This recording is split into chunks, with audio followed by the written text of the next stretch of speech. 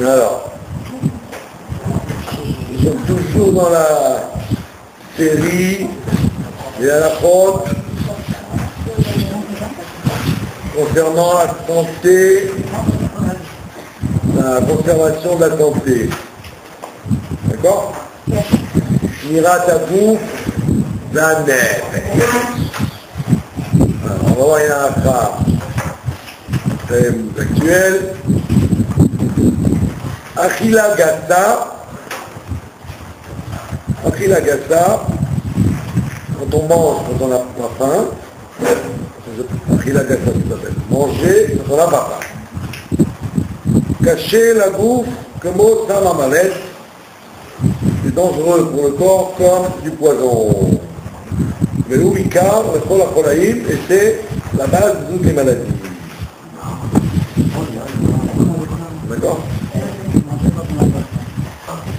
Donc, c'est-à-dire, il y a une halakha de Horaïta, d'après la Torah, de ne pas gaspiller de la nourriture.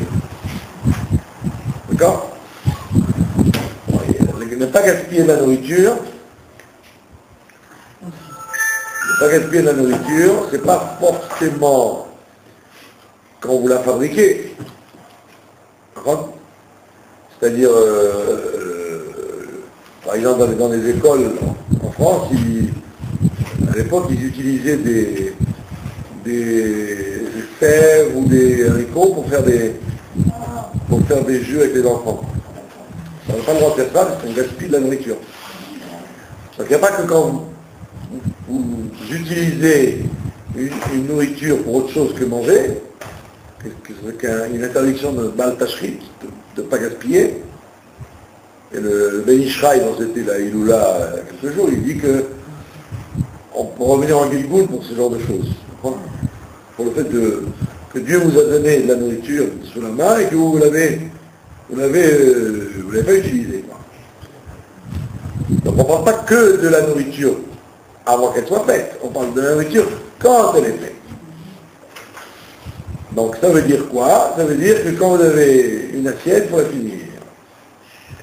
Et donc, quand vous êtes dans la maison, dans un mariage, dans n'importe où, il ne faut pas avoir ce qu'on appelle les yeux plus gros que le ventre.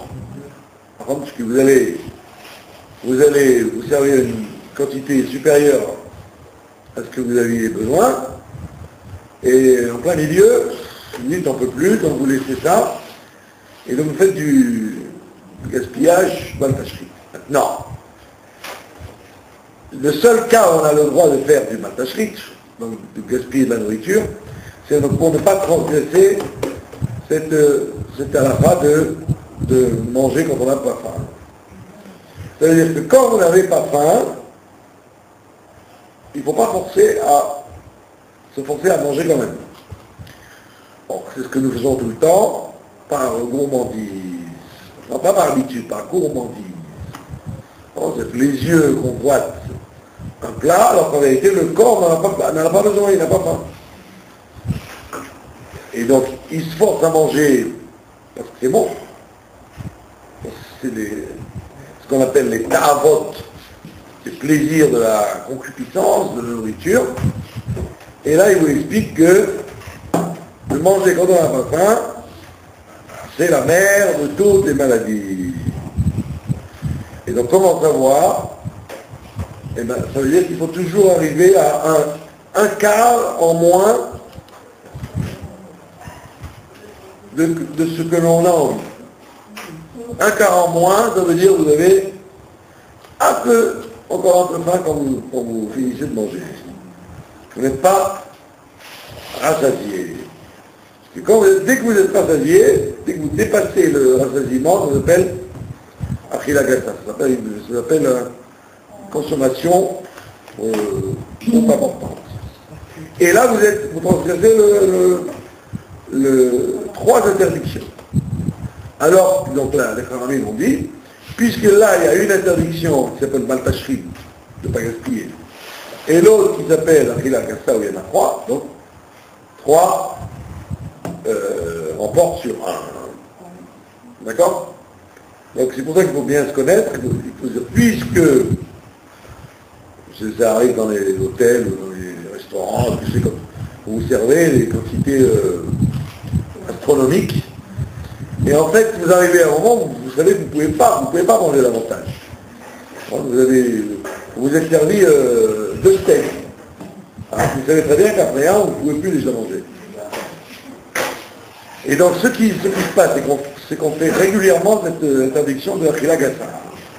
Et ça c'est un gros problème, puisqu'on vous dit ici que au Rambam, le Shla, tous les cheniers, la Faroni, tous les décisionnaires vous disent que c'est la mère de toutes les maladies. Donc après les gens ils vont voir des médecins et des médecines alternatives, etc. En réalité, la raison de leur maladie vient de l'Achila Gassa. Par contre, quand je dis on mange trop, c'est pas que je suis délicat, c'est que c'est évident qu'on mange trop. Pourquoi? Parce qu'on mange avec les yeux, on fait avec le ventre. Donc lui, le ventre et le métabolisme a donné des directives que ça lui suffit largement, comme si dans une usine on faisait de la surcharge de travail. Donc à ce moment-là, l'organisme n'arrive pas à éliminer et à dispatcher les protéines, les lipides dans les différents organes. Et pourquoi? Parce qu'on mange avec les yeux. C'est pour ça que vous voyez, en règle générale, les aveugles sont généralement maigres. Les aveugles sont moins gros que les autres. Parce qu'ils ne voient pas ce qu'ils mangent. Donc, comme ils ne voient pas ce qu'ils mangent, ils ne mangent que d'après ce qu'ils ont besoin. Alors que les yeux nous attirent les couleurs, etc., les recettes, les arrangements. Donc ça c'est une des halakhot de Shmirat Tagoug à Nefesh. Il vous dit c'est comme un poison dans le corps de faire Achila Gassa. Il faut toujours rester sur sa faim. Il faut toujours avoir un peu faim en quittant la table. D'accord? Ou alors, comme dit ce sage, d'accord, que le sage, il a les yeux, il voit l'avenir. Donc si vous savez qu'il y a encore une première viande, une deuxième viande, un dessert et un entremets, alors arrêtez-vous avant. Parce qu'après, c'est pas de la Achila Gassa, c'est du gavage droit. Voilà. Donc c'est la seule occasion, donc Achila Gassa, c'est la seule occasion qu'on a de faire du Baltashrit. Si vous avez, vous, le serveur ou la maîtresse de maison, avez trop surévalué ce que vous aviez mangé et que vous n'en pouvez plus, et avant que vous n'en pouvez plus, vous devez vous arrêter. Alors on va dire, on va jeter ça maintenant. On a le droit de jeter pour ne pas avoir Achila Gassa parce que ça fait plus de dommages dans le corps que l'interdiction de Baltashrit. C'est pour ça qu'il faut être Racham et Rocho, le sage il a les yeux dans la tête, savoir ce qu'on est capable de manger. Et chacun après son appétit. Son appétit et son humeur. Donc, et le seul jour où on a le droit de faire Achila Gassa, c'est Erev Kippour. Avec le Kippour, d'après il faut se forcer pour que le jeûne soit plus dur à passer, puisque on a dilaté l'estomac et puis après hop, on le surprend parce qu'on ne lui donne plus rien. Donc c'est le seul jour où on a le droit de faire Achila Gassa, de manger même quand on n'a pas faim. Alors le jeûne, juste à Kippour, c'est tout. Sinon, il ne faut pas manger quand on n'a pas faim. Et il ne faut pas dire aux gens, bon, il faut faire plaisir Par contre, pour faire plaisir à l'autre, il va se vexer si vous ne finissez pas le plat, ou si vous avez mangé, vous avez simplement goûté. Il vaut mieux vivre longtemps et ne pas faire Achila Gassa. Voilà. Deuxième halakha concernant la santé, de manger sans boire. D'accord? Manger sans boire, c'est aussi une interdiction de la santé. Il faut toujours boire, vous allez dire. Alors, il y a deux façons. Le Rambam dit qu'il faut tout manger et rien qu'après boire. Maintenant, il y a d'autres décisionnaires qui disent les corps ayant changé, alors on peut manger en buvant, mais pas ensemble. Dans la bouche pleine. Ouais. Vous finissez de manger, vous buvez quelque chose et vous remangez. Parce qu'il y a des gens qui mangent et qui boivent en même temps. Par exemple, le falafel dans la main et le coca dans l'autre. Et ils boivent et ils mangent en même temps, ça, il ne faut jamais faire ça. Donc, il ne faut pas ne pas boire et il ne faut pas manger en buvant. Boire en mangeant. Donc, qu'est-ce que ça donne tout ça? Ça donne qu'il y a une des halachot du Birkat Amazon qui dit que si quelqu'un a mangé et n'a pas bu, c'est pas sûr qu'il ait le droit de faire Birkat Amazon. Parce qu'on n'est pas rassasié quand on mange sans boire. On n'a fait que manger. On n'a pas bu quelque chose avec, alors on est vers Khalta, on a mangé. Mais on n'a pas eu de Savata, on n'a pas été rassasié, donc peut-être il y a un problème. Si on doit dire du Amazon, si on n'a pas bu du tout. Donc même si vous n'avez pas soif, il faut quand même boire un litre de quelque chose, pas beaucoup, ça, la moitié d'un verre en plastique, le tiers en plastique. Donc sans se forcer, on peut arriver à le boire après le repas ou pendant le repas. Comme ça dilue la nourriture dans l'estomac, et donc le processus de digestion peut se faire facilement.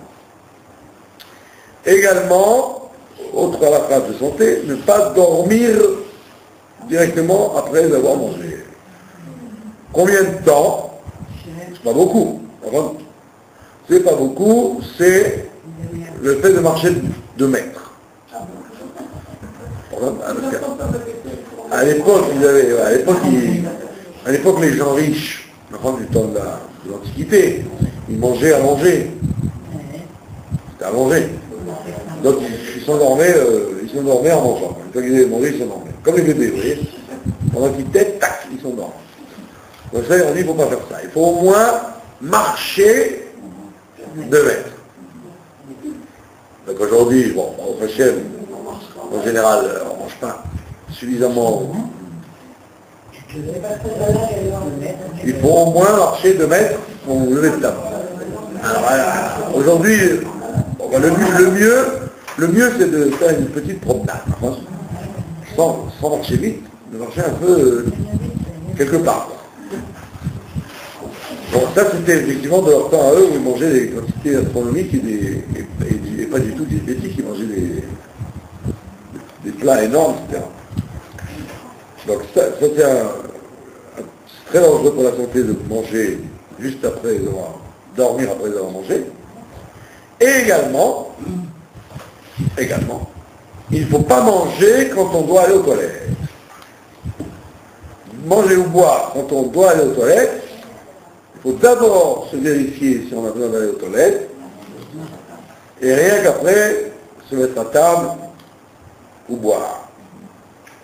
Donc, aujourd'hui que les gens vivent dans un monde où on regarde son nombril, mais pas son moi. Donc les gens, ils ne savent même pas où ils en sont. Ils ne savent pas où ils en sont, ils se mettent à table, ils ne savent pas s'ils doivent aller aux toilettes avant, après. Donc là, la Torah, donc toute cette approche de brachot, de santé, etc., elle exige de bien se connaître. Parce que quand on se connaît bien, on sait gérer sa santé mieux que les autres.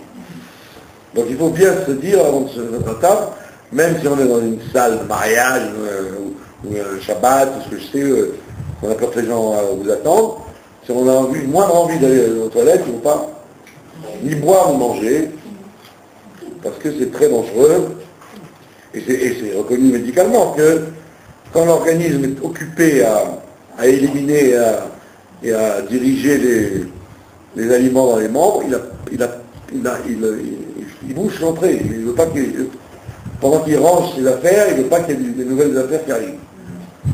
Donc l'organisme, il a besoin d'être libre pour commencer à attaquer la nourriture qui va l'envahir dans quelques secondes. Donc, il faut se dire, je n'ai pas faim, ou je ne peux pas manger, même si j'ai faim, tant que je n'ai pas été me libérer. Bon, on a une halakha qui n'est plus actuelle. La Gemara nous dit, après manger, mange du sel,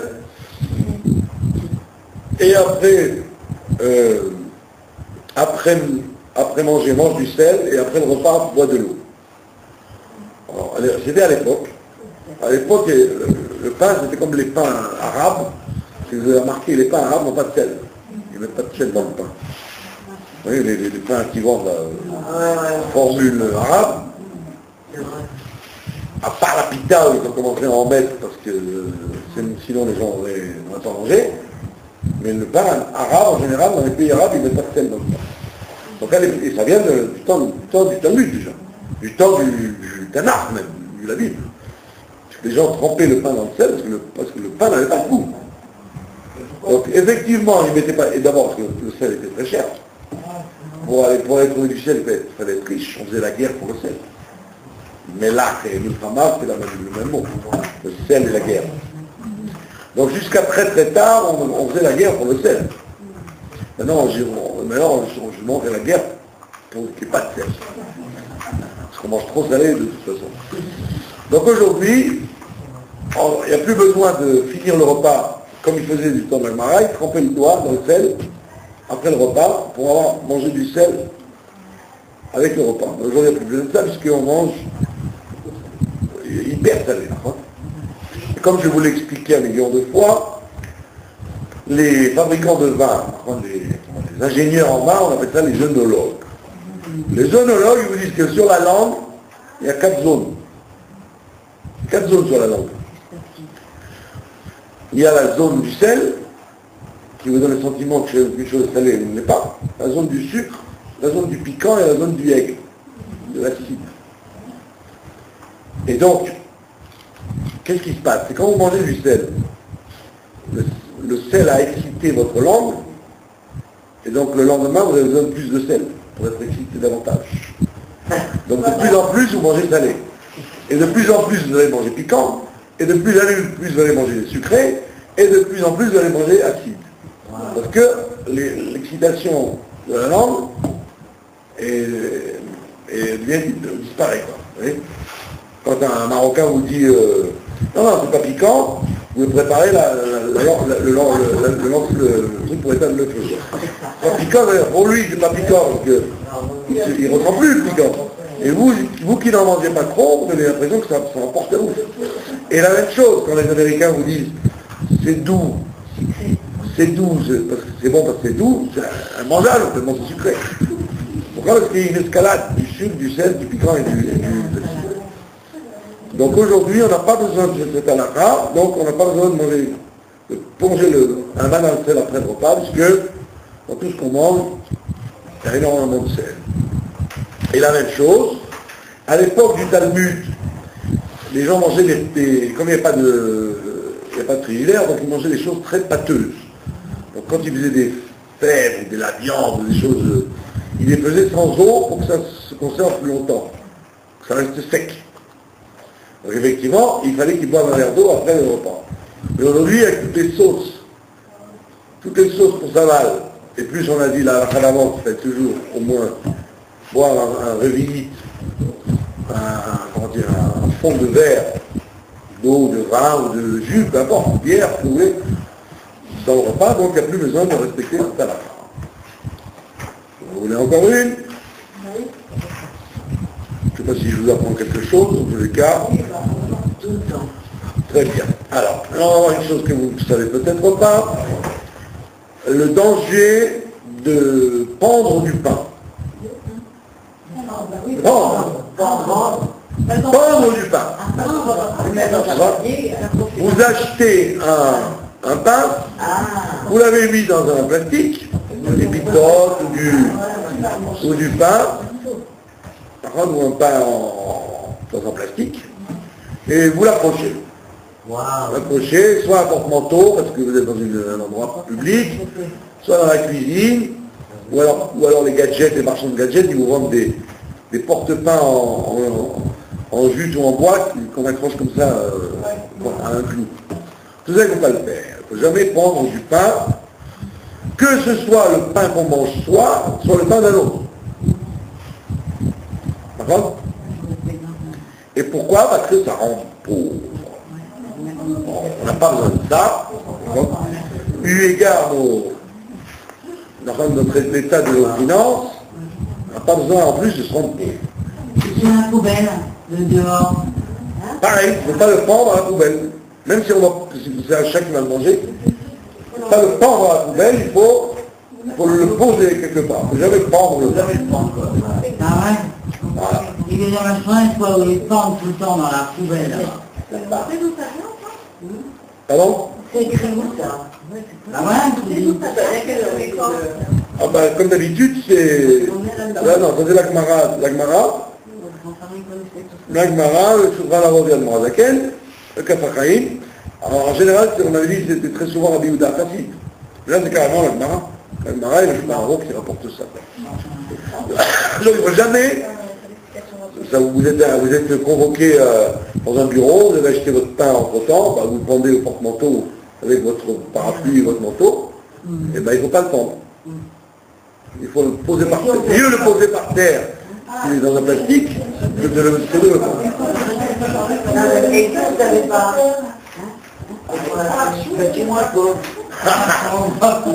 Si vous ne le saviez pas, ben maintenant vous aurez compris pourquoi vous étiez pauvre. Maintenant vous allez être comme ça, maintenant vous allez être on ne vend plus, on se repent.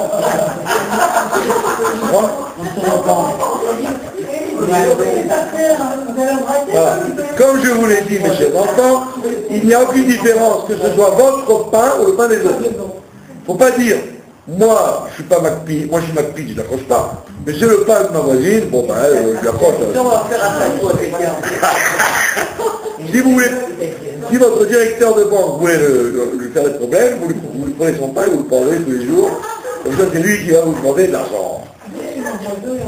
Et voilà. On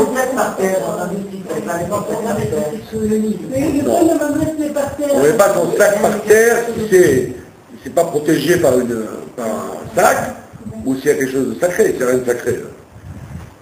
Vous comprenez? C'est pas parce que vous avez un chéquier et une carte d'identité que ça rend le sac cadoche. Alors, si on laisse 2 délignes dans le sac, on ne met pas par terre. Non, si les délignes ne vont pas être à ras le sol, s'ils sont au-dessus de quelque chose, ça va. À partir du moment où il y a un tétard, il y a au moins 10 cm entre le sol et la chose protégée par un sac, il n'y a pas de raison d'être plus royaliste que le roi. Voilà, ça vous suffit? Voilà. Dans le sac avec le pain, c'est pareil. Si j'ai un sandwich dans mon sac, il accroche mon sac sur la communauté. Ben oui. C'est vrai qu'elle... Il ne faut pas prendre le pain. Il n'y a pas écrit que le pain il est baptême par rapport à autre chose. Il ne faut pas que le pain lui-même se prenne. Il découle que vous avez vendu le pain exactement. Bravo. Même s'il y a quelque chose dans le sac avec le pain, il ne faut pas prendre le pain pour autant.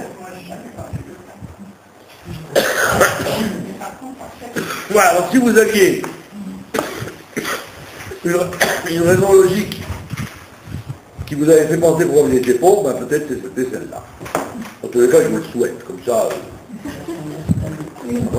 Parce qu'il vaut mieux être riche et en bonne santé que pauvre et malade. En principe. Allez, on va faire la paracha de la semaine. Il y a une fixation de l'année qui tombe très souvent, c'est Shabbat, Parashat, Kitavo, qui tombe en même temps Rayelul. D'accord? Donc c'est le Rayelul, c'est-à-dire la naissance du Baal Shem Tov et du Morazaken, et en même temps, ça tombe très souvent dans la Parashat de Kitavo, quand vous direz, quand vous arriverez sur la terre que je vous ai donnée et que vous en hériterez. Alors cette paracha, elle a de curieux qu'au début, donc elle traite d'une mitzvah très, très, très jolie. La mitzvah, quand on arrive en Israël, quand vous arriverez sur la terre que je vous ai donnée, il y a écrit là-bas que tu prendras ton panier et tu offriras les bikurim. Les 7 fruits d'Israël, les 7 fruits d'Israël, quand tu en auras des prémices, le premier que tu dois cueillir parce qu'ils sont prêts à te manger, comme dit le Midrash, il dit que l'homme descend dans son champ, il voit un figuier, alors il prend une belle figue, il accroche un morceau de palmier, enfin, un fil, pour distinguer cette belle figue, et il l'offre en prémisse au Bédamigdash. Il n'y a de mitzvah de bikurim que les 7 espèces d'Israël, qui sont les différentes sortes de blé et les différentes sortes d'orge, et les 5 fruits, pas seulement les céréales, mais les fruits, c'est-à-dire la grenade, le raisin, l'olive, la figue et la date. En dehors de ces 7 fruits, il n'y a pas de bikurim. Donc on ne ferait pas des bikurim sur les oranges ou les mangues ou sur les mandarines, rien que sur les 7 fruits d'Israël. Donc c'est une très jolie mitzvah. Et là-bas on est arrivé au Beth Amikdash. On pouvait partir depuis Shavuot, là où la cueillette a eu lieu, etc. Et ça pouvait se prolonger jusqu'à Hanouka. On pouvait aller jusqu'à Hanouka, aller au Beth Amikdash, après se découvrir. Donc c'est une mitzvah qui n'est pas très limitée dans le temps. Elle est large, puisque du mois de Sivan au mois de Kislev, il y a plus de 8 mois, donc on a le temps de faire ces bikurim, de faire un joli panier et de l'offrir à n'importe quel Kohen, même un Kohen qui n'est pas capable de servir, on peut lui offrir quand même. Quelque chose de très bizarre dans cette paracha, c'est qu'on parle de ça. Et puis après, comme un cheveu dans la soupe, comme on dit, il y a les fameuses 98 malédictions. Les 98 malédictions, qu'on lit parce qu'on approche de Rosh Hashanah, donc on vous dit nous, si vous n'écoutez pas ma voix, voilà ce qui risque de vous arriver. Et il y a effectivement, on se demande quel rapport il y a pourquoi c'est vrai que de fil en aiguille, la paracha vous amène à ça. Elle vous dit tu arriveras sur la terre, et Dieu va te donner la bénédiction de la terre, et donc tu offriras les bikurim, et comme tu écoutes ma voix, alors tu auras toujours, le Kohen te dira, je vous souhaite l'année prochaine de revenir, tu seras riche aussi l'année d'après, etc. Puis après on me dit, maintenant si vous n'écoutez pas ma voix, etc. Donc on voit qu'il y a une espèce de relation de, si oui, alors ça va bien, sinon ça va pas bien, et voilà ce qui se passe. On peut comprendre un rapport de cause à effet entre le début de la paracha et la fin. Mais quand même, c'est quand même étonnant que 98 malédictions, elles sont liées avec le début de la paracha, qui est d'apporter le bikurim. C'est quand même, on passe de coq à l'âne, un sujet très joyeux à une inquiétude extrêmement grave, à tel point, vous connaissez le minhag Israël, c'est qu'on n'appelle pas une personne à monter à la Torah pour ses malédictions, parce que ça fait peur. Donc c'est celui qui lit la Torah qui lit sans être appelé.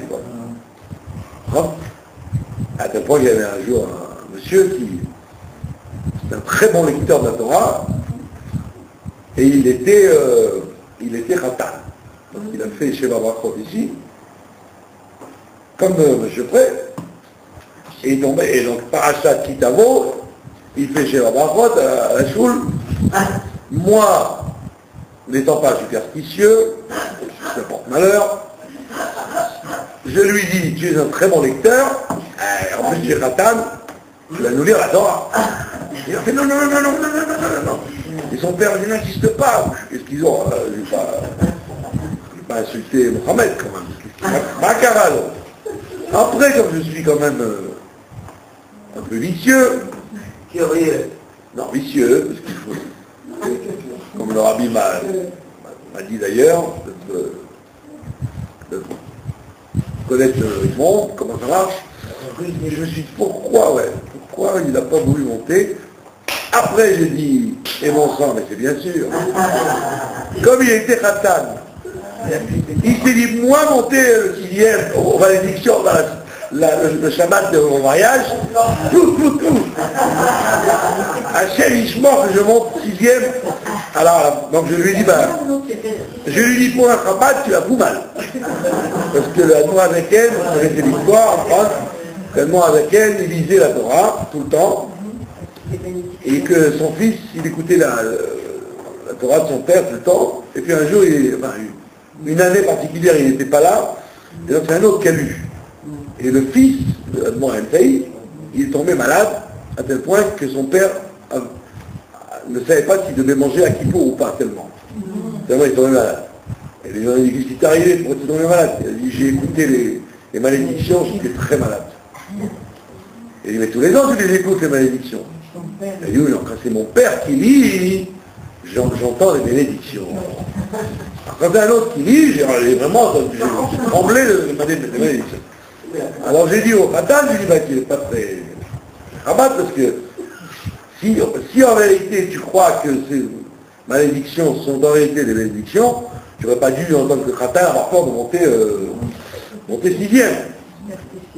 D'accord? Bon, toujours est-il que les gens ont très peur de ces choses-là, donc le minhag d'Israël, c'est qu'on n'appelle pas la personne, elle monte toute seule. Donc c'est quand même bizarre qu'on passe des bikurim avec la joie qu'il y avait quand les gens amenaient les bikurim, la Shavuot, et la musique pour accompagner, et puis on vous dit, si tu n'écoutes pas la parole du bon Dieu, 98 bénédictions. Effrayant. Alors il faut trouver un linkage. Par contre, il faut trouver une connection. Comme on disait chez nous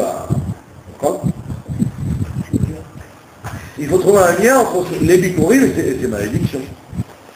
Et la chassidoute vient nous éclairer. En plus, comme c'est la naissance du Baal Shem Tov et du Admon Zaken, donc eux ils expliquent pas les malédictions. Ça c'est le Sefer Tzedek qui explique les bénédictions qu'il y a dans les malédictions. Mais le Admon Zaken et le Baal Shem Tov, ils expliquent qu'est-ce que c'est profondément quand on est en galoute, on ne peut plus faire la mitzvah de Bikurim aujourd'hui, qu'est-ce que c'est dans le Avodat Hashem, dans le service de Dieu de chacun, c'est quoi les Bikurim aujourd'hui? Alors, on nous dit, c'est clair, il y a écrit, quand tu viendras sur la terre, Asher Hashem Elokecha noten lecha, et puis on ne dit pas la terre d'Israël, la Canaan, la Israël, on appelle Eretz, tout court. Et le Baal Shem Tov, il dit que Eretz vient du mot Ratzon. La volonté. La volonté et en même temps du mot Merutsa, c'est-à-dire la course. Marot, Merot. Merot, c'est une course. Le Baal Shem Tov nous dit que le mot terre ne veut pas seulement dire terre, arrête, ça vient du verbe, du mot vouloir et du mot courir. Et donc en vérité, quand tu viendras sur la terre, ça veut dire quand tu viendras révéler ce qu'il y a en toi de volonté de courir vers Dieu. Quand tu en viendras à dévoiler ta volonté, et tu aurais pu avoir une volonté endormie. Non, une volonté, mais de courir. C'est-à-dire, quand tu viendras à la situation où tu n'as qu'une chose dans ta vie, servir Dieu. C'est ça que ça veut dire entrer en vrai d'Israël. Ne plus avoir d'autres préoccupations, que la volonté de servir Dieu avec empressement, pas seulement de servir Dieu comme un corps, mais servir Dieu avec enthousiasme et diligence. Et donc on te dit, donc le Baal Shem Tov et Admor Zaken te disent, comment je peux savoir, comment je peux tester, comment ma volonté de servir Dieu en courant se manifeste. Alors il dit, c'est facile.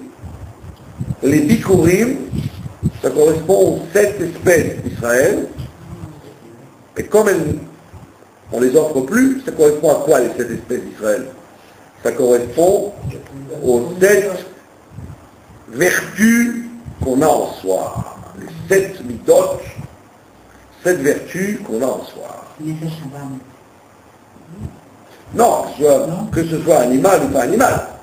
On a 7 caractéristiques. Par contre, chaque individu a 7 caractéristiques, en plus de 3 caractéristiques intellectuelles. Il y a 7 vertus qui sont dans le cœur et qu'on a en soi. Que chacun a en soi. Et alors, qu'est-ce que ça veut dire, amener des bikurim des 7 midot? Ça veut dire que tu dois, sur chaque mida, amener le prémisse à Dieu. C'est là qu'on va voir ta volonté de courir, pour faire plaisir à Dieu. Alors il découpe ça en 7, donc. Parce que tu aurais pu dire, voilà, moi j'ai une volonté extraordinaire de servir Dieu. On dit, attends, regarde, j'ai une volonté, bravo. Dans cette volonté, elle doit se manifester dans les 7 midot. C'est comme ça que je vais savoir. Bikurim, ça veut dire offrir le mieux, le premier, ce qu'il y a de meilleur, le départ. D'accord? Première chose que tu as vue dans le champ, tac, tu le consacres à Dieu. Alors, on va découper ça, et on va découper les 7, on va analyser les 7 midot en question, les 7 qualités, et on va voir comment offrir à Dieu ces 7 qualités. Première qualité, c'est le chesed. La bonté, là. On a on appelle ça une mida. Première mida de l'homme, c'est la bonté. On te dit, la bonté, dès que tu te réveilles le matin, ou dès que tu veux faire la bonté, Bikurim, tu dois penser à faire une bonté à quelqu'un. Pas à toi. Chesed, le chesed te réveille, tu dois offrir le prémisse de cette bonté à la faire une mitzvah. Dès que tu te sens un élan de bonté au réveil, mitzvah. Faire une mitzvah ou à l'homme, ou à Dieu. Pas à toi en tous les cas. Parce que les bikurim, ça sort au Beth Amikdash. On ne se les mange pas, les bikurim. Nous, on garde le reste pour nous à la maison, mais les bikurim, on les offre au Beth Amikdash. On les a consacrés, on les offre au Beth Amikdash. Donc tu dois consacrer le premier chesed que tu aurais eu envie de consacrer, avant de le consacrer à un besoin égoïste, qui est toi, tu dois le consacrer à quelque chose qui est lié avec un chesed lié au service de Dieu. Soit je vais donner cette tzedaka, soit je vais aider cette personne, soit je vais lui rendre tel service, soit je vais vite faire une fila, je vais dire un misement Téhilim. J'ai un chesed là, je me sens un élan chesed, hop, tout de suite je dois le consacrer. D'accord? Alors que, en général, toutes les méthodes qu'on a, on les dirige vers nous. D'accord? Et non. Tout pour le reste, pour les autres, pour Dieu et les êtres humains, et les autres êtres humains, pas toi. Après tu penseras à toi. Mais Chesed et bonté à faire, consacre-la à l'extérieur. Deuxième mida, c'est la mida de rigueur, de Gvura. D'accord? Deuxième mida, la mida de Gvura, ça c'est pour toi. Car la mida de Gvura qui se réveillait chez toi, la rigueur, la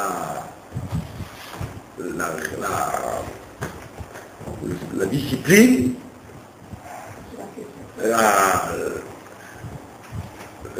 comment on appelle ça, le sérieux, voilà. Tout de suite, tu dois dire, oh, qu'est-ce que je peux faire pour être davantage sérieux en cette journée qui se lève. Donc tu dois consacrer ton premier élan de rigueur à toi-même.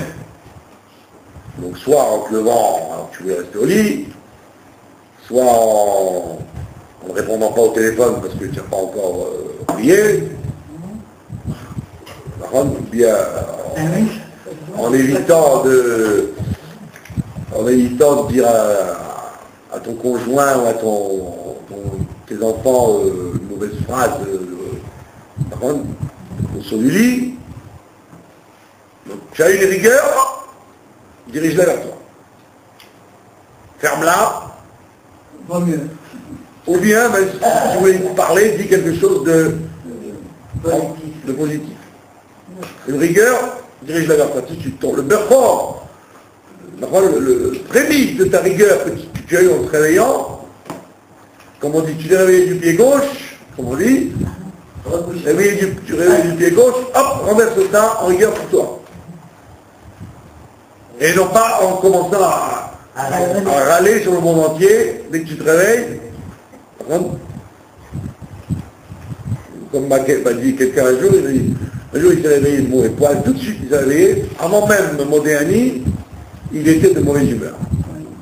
Alors, au lieu de renverser tout de suite la vida de Gvura en se disant non, il faut que je me ressaisisse, il dit, elle a marre, dans sa tête, il se dit, elle a marre au réveil, quoi.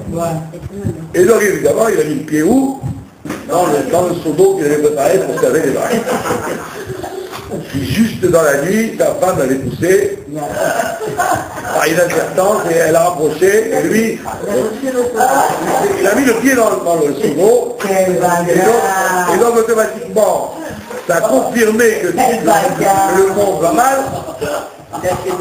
Non, et donc après il m'a dit, ben tu vois, c'était la plage. Non, il dit voilà, je dis voilà, comme tu t'es réveillé, la Gvura que tu aurais dû renverser tout de suite en disant non, c'est une mauvaise idée d'en vouloir au monde entier, je dois prendre sur moi. Discipline, lève-toi, mets tes chaussettes et va faire un Avodat Hashem. Donc, la Gvura que tu avais, tu aurais dû la donner au service de Dieu et tu l'as lancé en l'air vis-à-vis du monde entier, et tac, le coup d'après, eh ben, tu t'es justifié d'avoir la Gvura, parce que voilà, tu t'es renversé le Kéli dans toute la pièce. Donc on te dit, première mida, Chesed, tout de suite, tu me réveilles, à qui vais-je faire du bien, tout de suite. Ensuite, j'ai un élan de rigueur, comment puis-je être davantage rigoureux? Avec moi-même. Évidemment, ça travaille déjà chaque jour, puisque les Bikurim, c'est tous les jours qu'on les offre aujourd'hui en Galoute. À l'époque, c'était une fois par an au temple au Beth Amikdash. Mais en tant que Galoute, et Bikurim, c'est le Bechor, c'est le premier-né qu'on offre à Dieu. Par contre, troisième Mida, ça s'appelle Tiferet, la Mida de Tiferet, c'est l'équilibre. l'équilibre. L'équilibre entre les deux midotes qu'on a vues avant. Bon, Tiferet en général, c'est la Torah. La Torah, c'est elle qui donne l'équilibre aux choses. Donc dès que tu te réveilles, au lieu de penser à n'importe quelle idiotie ou de banalité ou d'un truc technique, par contre, pense à une idée toranique. Réveille-toi avec une idée toranique dans la tête. Même un truc complètement élémentaire. Tiens, hier soir, il a dit dans le shiur que les malédictions sont les bénédictions. Tu as pensé à une idée de Torah, tu as transformé, tu as équilibré ton esprit, au lieu qu'il commence à gamberger, à penser à n'importe quoi. Par contre, tu as pensé une idée d'équilibre. Équilibrante. C'est ce qu'on appelle Tiferet. Et tout le monde peut faire ça, en fait. Il n'y a pas besoin d'être très très profond ou d'être sadique. N'importe qui peut tout de suite réagir comme ça. Donc, quatrième mida, c'est la mida de Netzach. Netzach, ça veut dire gagner. Netzach, ça veut dire pouvoir gagner. L'agressivité dans la vie, quoi. D'être un winner. Par contre, vouloir gagner. Alors on te dit, il y a deux façons dans la vie de vouloir gagner. Il y a beaucoup de Sifrei, Moussar et Chassidut qui parlent de ça. Il y a une force du mal dans les gens de la Torah qui est de vouloir gagner l'autre, toujours. Vouloir gagner l'autre. C'est une clipa spécifique aux gens de Torah. Moi j'appelle. Nitzachot et clipa. C'est-à-dire que tu ne veux pas faire jaillir la vérité dans la discussion, tu veux gagner, tu veux dire j'ai raison, c'est moi qui ai raison. Donc la volonté de gagner, dès que tu te réveilles, elle peut se marquer par deux angles, ou vers toi ou vers l'autre. Ou tu vas te gagner toi-même, tu vas avoir une victoire sur toi-même, ou tu vas vouloir une victoire sur l'autre.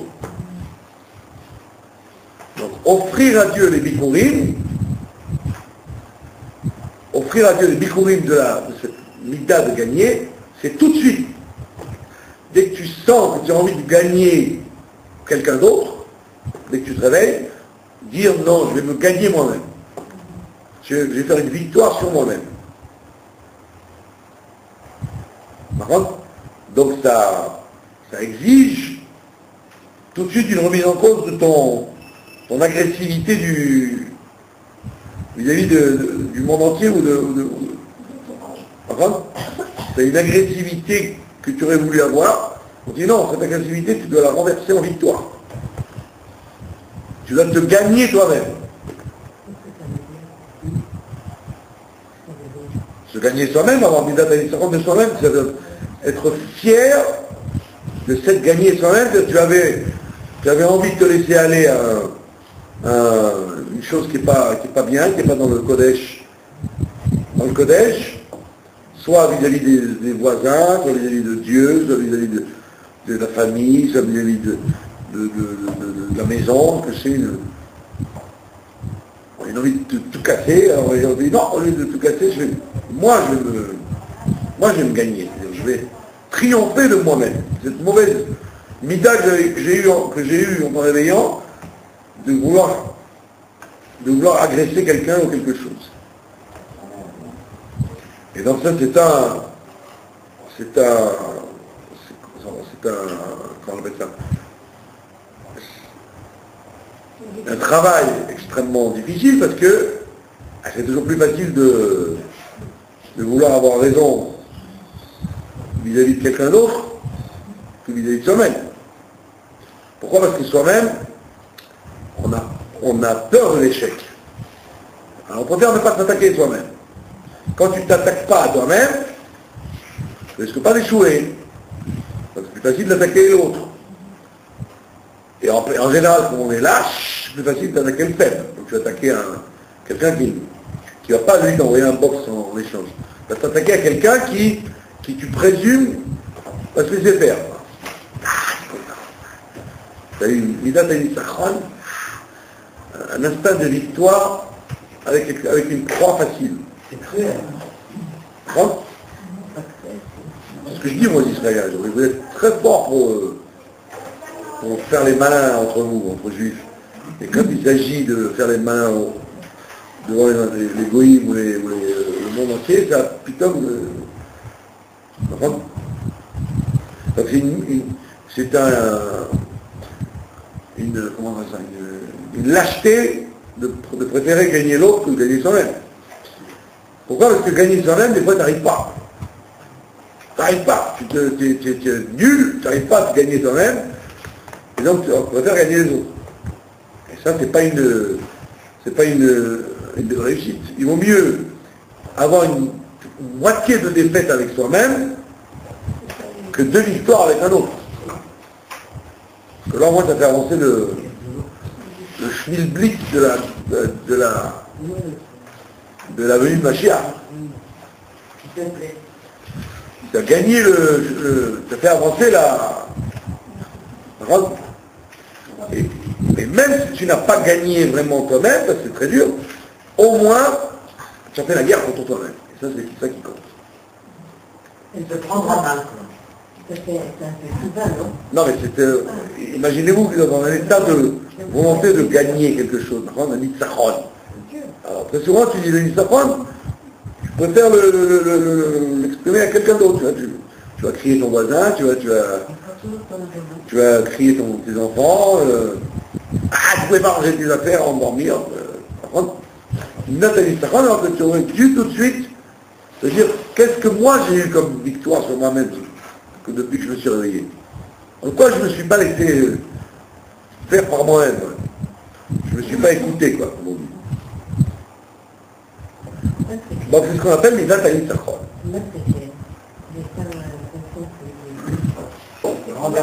À quelle virgule vous n'avez pas compris? Qu'est-ce que ça veut dire faire victoire sur soi-même? Vous avez un sentiment, vous avez un sentiment, d'agressivité de quelque chose de. Je voulais dire quelque chose de méchant, quelqu'un. Vous avez une volonté de conquérir quelque chose. Alors tout de suite vous dites, attends, regarde, est-ce que cette conquête, c'est la conquête facile de quelque chose qui ne mange pas de pain? Alors je ne vais pas le faire, je vais moi m'attaquer à moi-même. Moi je vais m'attaquer à moi-même, je vais faire la victoire sur moi-même. Sur n'importe quel domaine de la vie, dans la journée qui passe. Vous comprenez? Une victoire sur son propre terrain. Ou son propre terrain, ou sur son terrain. C'est-à-dire, j'aurais pu fermer le livre après des livres, mais je vais en lire encore. Tiens, je vais me gagner, je vais encore lire des livres, bien que j'étais pressé de m'en aller, je vais quand même lire encore un petit truc. Je vais quand même faire encore un petit effort, davantage. Donc j'ai gagné moi-même, je n'ai pas gagné l'autre. Ouais. Donc ça c'est le principe du Bikurim lié avec la Midat Anitzachon, et c'est pour ça que, vous voyez bien, Moshe Rabbeinu, il représente la Midat Anitzachon, c'est lui Netzach. C'est que Moshe Rabbeinu, il ne se contente pas d'être Tiferet, toute la Torah passive, il est une Torah qui gagne. C'est que lui, Moshe Rabbeinu, il n'est pas Yoshev Alim comme Yaakov, il n'est pas Yoshev Alim. Bon, c'est un fighter. Il tue l'Égyptien, il affronte Pharaon, il affronte le peuple juif aussi, pas une mince affaire. Il affronte son beau-père, il y a un problème de Nitzachon, alors que Yaakov, Yoshev Alim, il est assis dans les tentes, et Yaakov, il n'affronte pas, il se fait attaquer, il réagit, c'est différent. Alors que Moshe, lui, il attaque. Donc ça veut dire que c'est le sujet de la victoire, c'est-à-dire que tu aurais eu la possibilité de laisser faire, ou de laisser tranquille, ou carrément de dire je ne suis pas capable, je vais m'en prendre aux autres, On te dit non, prends temps à toi-même, attaque-toi toi-même.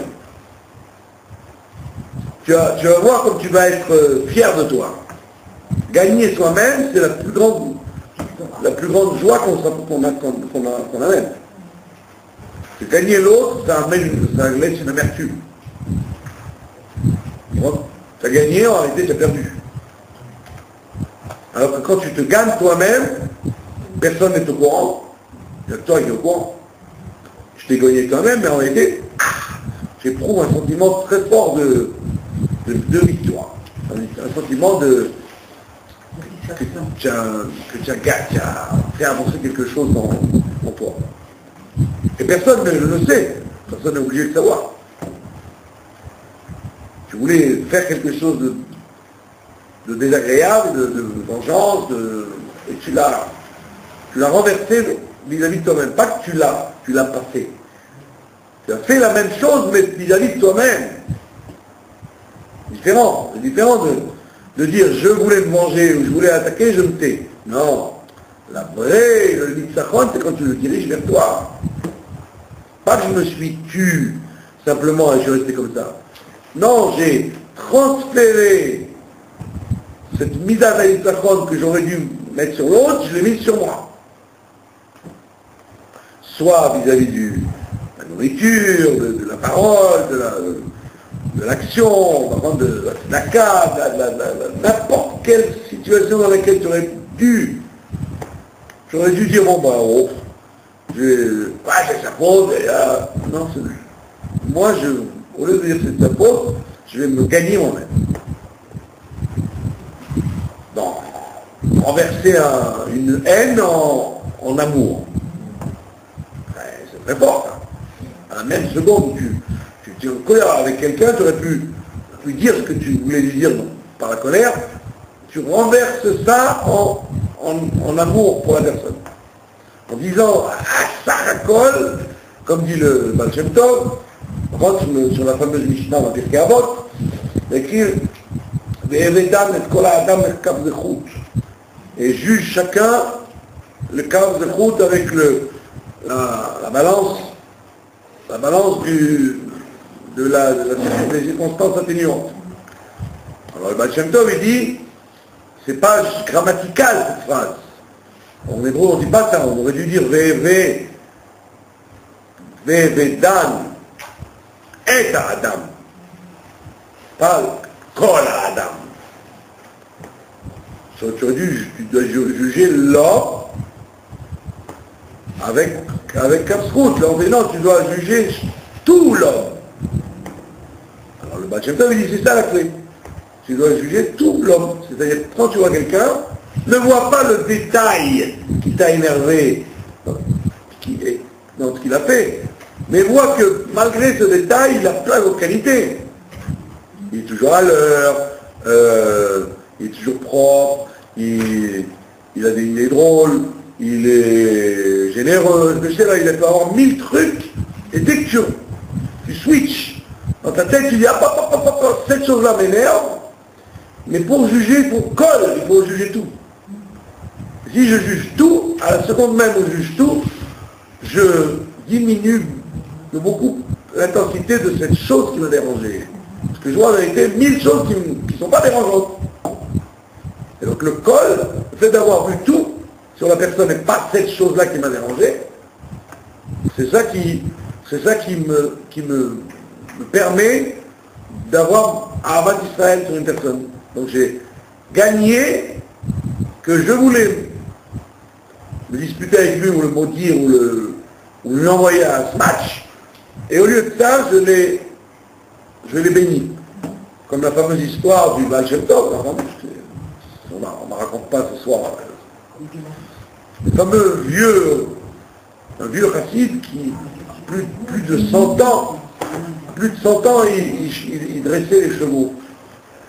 Il dressait les chevaux et on lui a demandé, à ton âge, tu dresses encore les chevaux. Et il prenait le cheval par les rênes, comme ça. Il criait à la figure et le cheval était dressé. Donc il était très demandé parce que, en général, il fallait des semaines pour dresser le cheval, et lui, rien qu'en le criant dans les yeux, hop, le cheval, il était amadoué, on pouvait le vendre, il était bon à travailler. Alors les gens lui ont dit, comment tu es arrivé à ça, à ton âge en plus? Il dit, parce que quand j'étais petit, j'ai eu la chance d'être bon à tout faire chez le Baal Shem Tov. J'étais un gosse, j'avais 10 ans, et comme on n'avait pas de parvassa, mes parents m'ont dit, bah, tiens, Baal Shem Tov, il a besoin d'un quelqu'un qui serve là-bas, qui aide.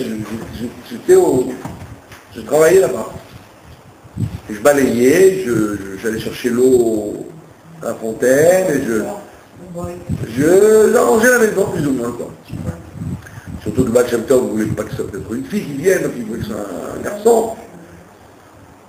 Et donc c'était moi qui étais le préposé au ménage dans la maison du Baal Shem Tov. Voilà, lui, un racine qui a vécu 100 ans. Et alors il dit un jour, le Baal Shem Tov, il allait s'allonger, et il m'a dit, tu vas balayer avant que je m'allonge. Pendant ma sieste, tu vas balayer. Il a dit, oui, je vais balayer toute la maison. Il dit, tu vas balayer, alors il a dit, attention, tu ne touches à rien. Tu balayes, tu fais comme les bonnes portugaises. Tu balayes autour, tu balayes pas, tu ne touches pas à rien. Et lui, il a dit, bien sûr, d'accord, il balaye, et puis quand il arrive à côté du lit du Baal Shem Tov, il voit les chaussons. Et puis il s'est dit, bon, c'est honteux quand même, une chambre du Baal Shem Tov, que ce soit propre. Alors il soulève les chaussons et il balaye en dessous et il les repose. Et quand il s'est réveillé, le Baal Shem Tov lui a dit, tu as touché à mes chaussons. Alors lui, il a dit, il a pas osé mentir. Et le Baal Shem Tov a commencé à rougir et il allait lui faire une malédiction. Il allait le faire une malédiction. Parce que tout ce que le Baal Shem Tov faisait, c'était au millimètre près, ça correspondait à des mondes et des actions kabbalistiques, etc. Donc il s'approche et il s'est rendu compte que les chaussons avaient bougé. Et donc il allait le maudire, et il m'a regardé comme ça, et puis il a vu que j'étais terrorisé, alors il m'a dit, que tu dis, l'entends? Et il a transformé la kpeda, qu'on appelle la kpeda, c'est la colère du tzaddik, il a transformé en bénédiction. Il dit, voilà pourquoi, même à l'âge de 100 ans, je suis capable de dresser les chevaux, j'ai une bénédiction de vivre longtemps en bonne santé. Donc, ça veut dire que tu dois arriver à cette même situation, que qu'aller dire quelque chose de pas bien, alors il te dit, le Baal Shem Tov voit tout la personne déjà, voit tout. Quand tu vois tout, bah, tu vas avoir plein de qualités, et donc ça atténue l'attaque que tu pouvais faire. Et bête, d'accord, bête, tu vas transformer, pas seulement que tu vas dire, bon, ben, je ne la maudirai pas, tu vas transformer ta mitat anitzachon que tu voulais le gagner et lui envoyer un smash dans la figure, tu vas la transformer en Ahavat Israël, donc tu t'es gagné toi-même, en fait. Donc la mitat anitzachon, elle n'a pas perdu puisqu'elle a été réalisée dans ce monde, mais d'une autre façon que ce que toi tu aurais pensé faire. Ça c'est juste ça. Maintenant, on te dit, il y a Hod, la cinquième. Je vous pardonne. La cinquième mida, c'est Hod. Hod, ça veut dire, c'est ce que vous voulez faire maintenant, ça veut dire reconnaître. Reconnaître. Hod. Reconnaître, c'est aussi vis-à-vis de l'autre. Reconnaître, ça veut dire qu'il y a très souvent il y a une maladie comme ça chez les gens, des fois, de ne jamais accepter de féliciter quelque chose ou quelqu'un de ce qu'il a fait de bien. Par contre, ça fait mal, ouais. Ça fait mal de dire c'est bon. Quand la faveur. C'est bon, ouais. D'accord? Donc, c'est bien ce que tu as fait. Alors donc le Hod, c'est un travail donc parce qu'en général les gens ils aiment bien faire Hod à eux-mêmes. D'accord? Se reconnaître qu'on aime toujours. Je suis le plus beau, je suis le plus fort, je suis le plus grand, je suis le plus excusable, je suis le plus... Je suis fatigué, mais oui, moi je suis fatigué, mais vous n'avez pas le droit. Ben, c'est-à-dire que le hod, on a toujours tendance à le faire pour soi. Quoi. De reconnaître ses mérites, ses problèmes, de se juger avec une tolérance S'aimer un peu. S'aimer un peu trop. Alors on te dit justement, hod, habitue-toi à reconnaître, reconnaître tes erreurs, reconnaître le bien des autres, reconnaître une situation telle qu'elle est. Hod, c'est une mida de réalisme. Être réaliste. Si c'est bien, ben dis-le. Si toi tu es bien, dis-le aussi. C'est pas non plus mal de se faire hod à soi-même, de reconnaître les qualités qu'on a et pas trop juger les défauts qu'on a, etc., etc. Donc tu as transformé cette mida de hod en félicitations. Tu félicites l'enfant parce qu'il a bien fait, tu félicites un avare qui a donné un shekel. C'est pas tu aurais pu donner plus. Sachant qu'il est avare, il y a des gens, quand je me moque d'eux, ils se rendent même pas compte, je les appelle monsieur ou madame Thatcher. Madame Thatcher, on l'appelait la femme de fer. Oui, c'est vrai. Les gens qui sont très durs à la tzedaka, je les appelle comment allez-vous, monsieur Thatcher? Alors, ils sont flattés parce qu'ils croient que c'est un homme politique. Après, Il écrit, non? Pourquoi vous l'appelez, monsieur Thatcher? Je veux que c'est une barre de fer. D'accord, donc justement, alors, quand quelqu'un est radin, ou quelqu'un est d'un égoïsme forcené, les fois où il n'est pas d'un égoïsme forcené, pour lui, c'est un effort gigantesque par rapport à vous, ou par rapport à quelqu'un d'autre, qui est tout altruisme et tout. Donc il faut, même si c'est difficile à dire, il faut dire, bravo. Ouais. Même si vous savez très bien que dans l'absolu, c'était nul, quoi. Mais dans l'absolu, justement, la Torah ne voit pas l'absolu, elle voit le relatif, elle voit qu'est-ce que quelqu'un est capable de faire. Donc, c'est ce qu'on appelle accepter c'est comme un enfant, hein. Si vous lui dites, si vous faites un dessin qui est ridicule, qui est vilain et tout, vous allez lui dire, si vous comparez avec Léonard de Vinci, bien sûr, vous allez dire, c'est quoi ce truc-là, j'aime pas ça. Alors que même si c'est moche, vous voulez dire, comme c'est beau, alors il est tout content. Pourquoi? Parce que par rapport à lui, il a fait la maison avec des yeux, que c'est. Par rapport à lui, il a besoin de hod. Et les gens, beaucoup de gens sont encore au stade de l'infantilisme. Ouais. Moi, je vois des gens, quand ils viennent à l'heure, ils me regardent. Ils viennent à l'heure, ils me regardent. Ça veut dire... dis-moi quelque chose. Dis-moi quelque chose, je viens à l'heure. Alors ceux qui sont adultes intellectuellement, je leur dis, mais tu viens pas à l'heure pour moi, tu viens à l'heure pour toi et pour le bon Dieu. Moi, je n'ai rien à faire, je suis à l'heure. Mais quand les gens sont infantiles, alors je leur dis, bravo, vous étiez à l'heure, ils sont tout contents. Mais oui, parce qu'ils ont besoin de hod, qu'on leur dise un kolakavod sur quelque chose qui aurait pu être médiocre. Quelqu'un qui est très sale, et vous voyez, il jette le verre à la poubelle, vous savez qu'il est très sale. Et vous allez dire, bravo, tu as jeté le verre à la poubelle. Alors vous, c'est évident qu'on va faire ça. Lui, pour lui, c'est un effort gigantesque. Il faut arriver à faire autre. C'est-à-dire qu'il faut moduler le comportement, pas vis-à-vis de l'absolu ou de nos critères à nous de sens, mais par rapport à la réalité. Il y a beaucoup de gens qui sont des super enfants, vous voyez. Non, malheureusement, c'est le cute. Éducation. Bekitsour, la sixième des vertus, c'est Yesod. Yesod, ça veut dire le fondement. Le fondement. Par contre, pas Tiferet, Yesod, c'est le fondement. Ça veut dire quoi le fondement? Ça veut dire quelque chose qui ne bouge plus. Comme un yesod, la base d'une maison en béton, etc. C'est pour faire que la maison, même si elle fait 100 étages, elle sera pas sensible au tremblement de terre ou au mouvement du sol. Vous devez faire quelque chose en vous disant, est-ce que ce que je suis en train de faire maintenant, est-ce que c'est un yesod? C'est-à-dire c'est quelque chose qui va durer tout le temps, ou c'est quelque chose qui va s'écrouler. C'est le yesod de Yosef. Et c'est pour ça que d'après les Yosef, tous les Yosef, et en général ils ont ce problème-là. De ne pas être capable de faire des choses qui tiennent.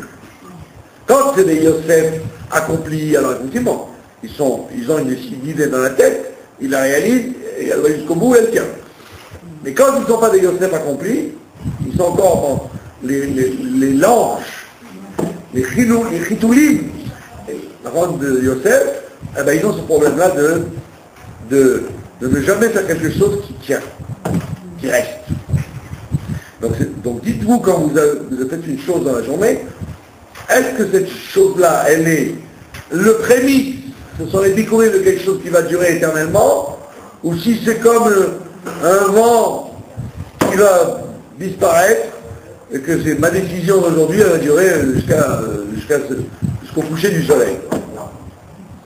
Donc ce qu'on appelle travailler sur la midat hayesod, c'est-à-dire faire des choses qui sont durables. Pas seulement atmana, c'est-à-dire l'endurance. Atmada, c'est quelque chose qui est tout le temps, la pérennité, voilà. Atmada, c'est la pérennité, la constance. Alors, est-ce que vous allez faire quelque chose qui va... Non, c'est pas forcément lié au temps. Par exemple, vous avez, vous avez préparé un livre. Est-ce que ce livre, il va durer 3 jours? Est-ce que l'action que vous avez faite, est-ce qu'elle a... Vous avez donné la tzaka, à prendre. Il y a des gens, ils ont donné la tzaka, puis 2 jours après, ils regrettent. Oh, j'aurais pas dû donner la tzaka, j'étais en galère 2 jours après, et puis après tout, il ne mérite pas. C'est pas Yesod, ça. Yesod, tu dois prendre une action pour laquelle tu dis, je vous avais écrit une lettre, je l'ai écrite, ça y est. Yesod, c'est terminé. Est-ce que je fais des choses qui sont des choses sur lesquelles on peut s'appuyer, ou des choses qui n'ont aucun sens, quoi. Comme les hommes politiques d'aujourd'hui, qui vous disent, pour toujours, jusqu'à 2 heures. Pour toujours. Des alliances pour toujours qui durent une demi-journée. Non, est-ce que ton yesod, les choses que tu fais, elles ont un fondement stable, tes amitiés, tes engagements, tes promesses, tes idées, ou alors c'est des trucs qui sont fluctuantes. Donc ce qu'on appelle travailler sur un midat hayesod. Et enfin, et nous arrêterons là, Malchut, c'est ce qu'on appelle en hébreu moderne, Tachles. C'est-à-dire, ce que tu fais, fais-le concrètement. Ce que tu fais, fais-le concrètement, et ne te contente pas d'avoir bien pensé, bien parlé, bien promis, bien projeté, fais du concret, même si c'est petit, fais du concret, fais du Tachles. Comme disait le proverbe Yerushalmi, qu'avant les gens embrassaient le Sefer Torah avec la bouche et ils donnaient la tzedaka avec la main. Aujourd'hui, les gens, ils embrassent le Sefer Torah avec la main et ils donnent la tzedaka avec la bouche. Donc, ce que tu fais, il faut que ce soit tachlis. Tu as fait quelque chose, finis-le. Fais quelque chose de terminal. Pas que ça reste en projet, ou en vœu pieux, je vais faire ça, ou je vais vous faire ça, ou je vais... Parle, c'est pas grave, parle. Ça aide de parler. Mais au moins qu'il y ait du malchut. Malchut, qui est une expression concrète de ce que tu as pensé et parlé. Même si c'est une expression misérable, même si tu as donné 1 shekel où tu as lu un passouk de la Torah, c'est une expression concrète. Ce passouk ou ce shekel, on ne te l'enlèvera jamais, tu l'as fait dans le monde. Il est là. Et karama, c'est exactement. L'essentiel, c'est l'action, et l'action concrète, même si elle ne porte pas ses fruits. Qui sommes-nous pour... C'est Dieu qui donne des fruits aux choses. S'ils n'apportent pas les fruits, ce n'est pas ton problème. Des fois, comme on le voit ici, tu peux avoir planté et un vent à arracher l'arbre. Ça, c'est pas ton problème, c'est ce qui va devenir de ton action. Mais au moins, tu as fait. Donc c'est les 7 midot transformés, et donc maintenant on comprend la relation avec les 98 malédictions. C'est qu'en vérité, chacun doit consacrer sa volonté à servir Dieu dans les 7 façons qu'on a vues, et s'il ne le fait pas, d'usure en usure, donc il va déjouer sa volonté, au lieu que ce soit vers le service de Dieu, ça va être vers le plaisir du monde, toutes sortes de choses, et qu'on peut en arriver effectivement à ces 98 malédictions qu'à Dieu ne plaise. Donc c'est pour ça que cette première mitzvah, elle a l'air d'être toute petite, mais elle est l'origine de toutes les bénédictions que le peuple juif va avoir. Et ça, c'est un truc que tu réalises chaque jour. Pour faire tes bikurim chaque jour, puisque tu as décidé que ta volonté c'est de servir Dieu, alors on va te voir sur les 7 midot, les 7 vertus, les 7 qualités. C'est pas du boulot, c'est un travail de fourmi. On n'a pas besoin d'être un géant, un titan. On a besoin d'être une fourmi. On te demande d'être une fourmi. Quand vous voyez ce que font les fourmis, c'est rien. La preuve, c'est qu'avec un coup de pied, vous envoyez tout ce que la fourmi elle a fait. Les fourmis, elles ont fait pendant plusieurs mois. Avec un coup de pied. Mais pour les fourmis, c'est un travail. Donc vous, on vous demande un travail de fourmi, pas plus que ça. Et les yopi, voilà, Shabbat Shalom.